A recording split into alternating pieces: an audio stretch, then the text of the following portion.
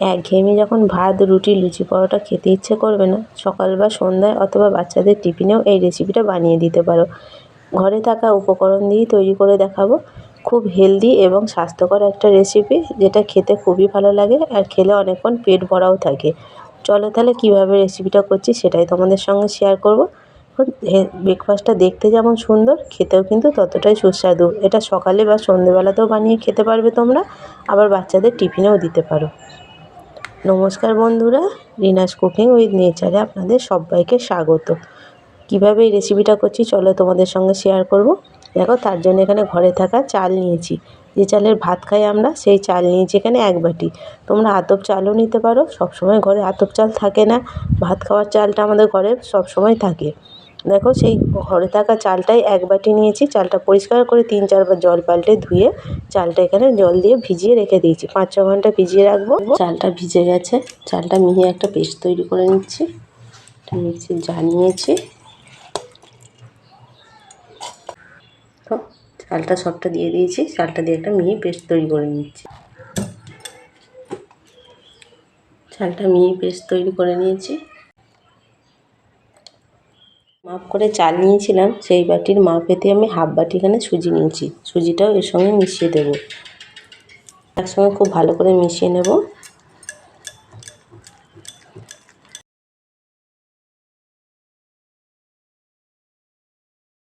এটা অনেকটা ঘন হয়ে গেছে সুজিটা দেওয়ার পর। এর মধ্যে অল্প দিচ্ছি একটু জল।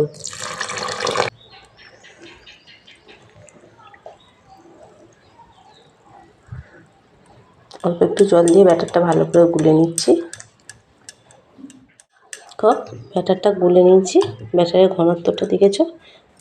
এটা এবার ঢাকা দিয়ে আমি 10 মিনিটের জন্য রেখে দেবো, তাতে সুজিটা ফুলে যাবে। তার চাটনি বানাবো, তার জন্য নিয়েছি 1 টুকরো আদা, 2টো কাঁচা লঙ্কা, 1 মুঠো দিচ্ছি ফ্রেশ ধনেপাতা,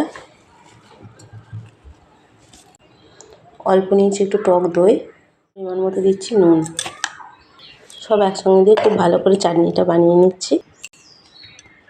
তো ধনেপাতার চাটনি একদম রেডি।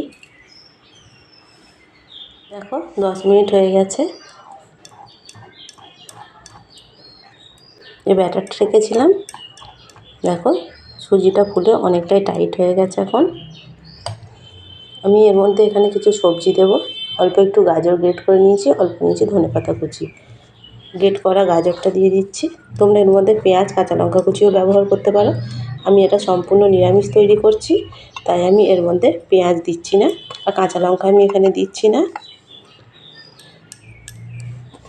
অল্প দিচ্ছি একটু চিলি ফ্লেক্স। তোমরা ঝালটা যেমন খাবে সেরকম দিও।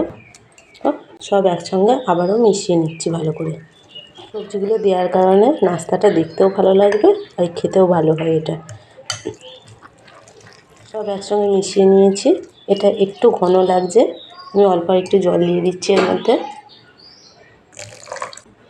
অল্প একটুখানি জল দিলাম, জল দিয়ে ব্যাটারটা একটু পাতলা করে নিচ্ছি।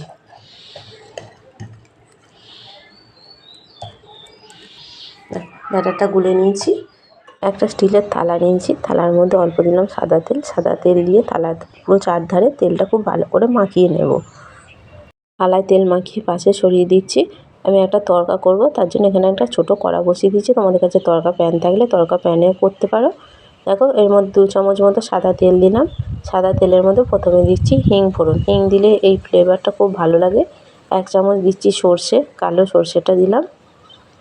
1 চামচ দিচ্ছি বিউলির ডাল, আর 1 চামচ দেব ছোলার ডাল।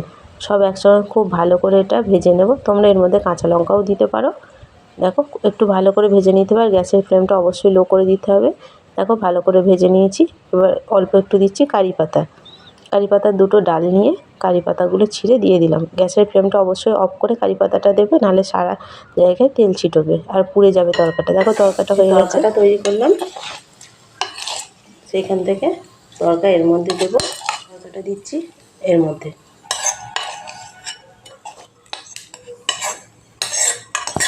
এটা খুব ভালো করে মিশিয়ে দিলাম চাটনির সঙ্গে, এতে করে চাটনির ফ্লেভারটা আরও ভালো হবে খেতে।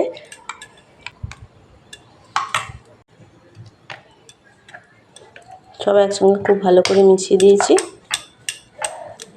এখানে একটা ইনো নিয়েছি, একটা ইনো এর মধ্যে দিয়ে দিচ্ছি।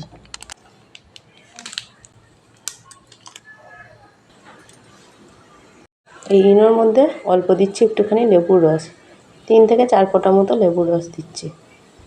খুব একসঙ্গে সব মিশিয়ে নিচ্ছি ভালো করে। ইনোটা আগে থেকে দেবেন না, যখনই এই খাবারটা তৈরি হবে নাস্তাটা তার আগেই মেশাতে হবে।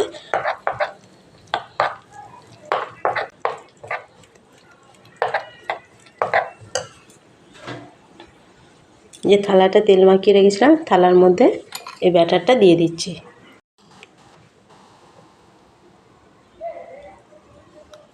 থালাটা একটু এইভাবে করে একটু ঝাঁকিয়ে দিতে হবে যাতে ভিতরে কোনো বাতাস না থাকে।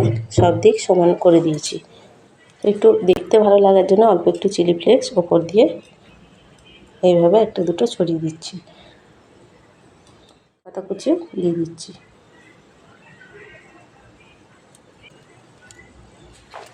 দেখো এখনই দেখতে এটা কতটা সুন্দর লাগছে, কতটা সুন্দর লাগছে।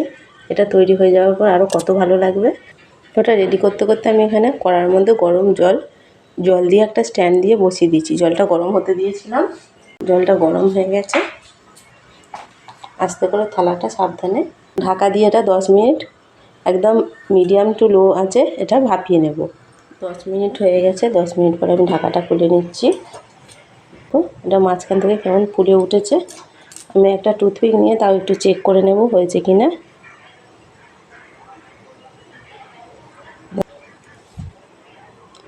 একটুও লাগছে না, টুথপিকটা একদম পরিষ্কার বেরিয়ে এসছে, তার মানে এটা ভাপানো হয়ে গেছে। আমি এবার গ্যাসের ফ্লেমটা অফ করে দিচ্ছি। এটা এবার এখান থেকে তুলে নেব, তুলে আমি এটা ঠান্ডা হতে দেব। এটা এবার প্রথমে ভালো করে ঠান্ডা করে নিতে হবে।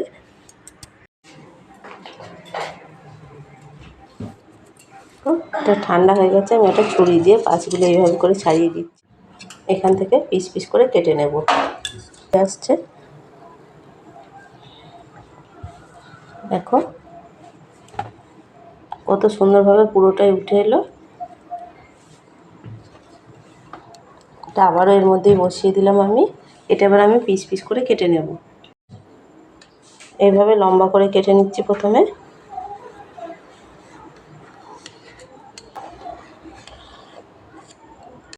আমার কাটাটা এটা একটু ভুল হয়ে গেছে, তোমরা যেমন শেপে তৈরি করতে চাও তেমনভাবে একটু কেটে নিও।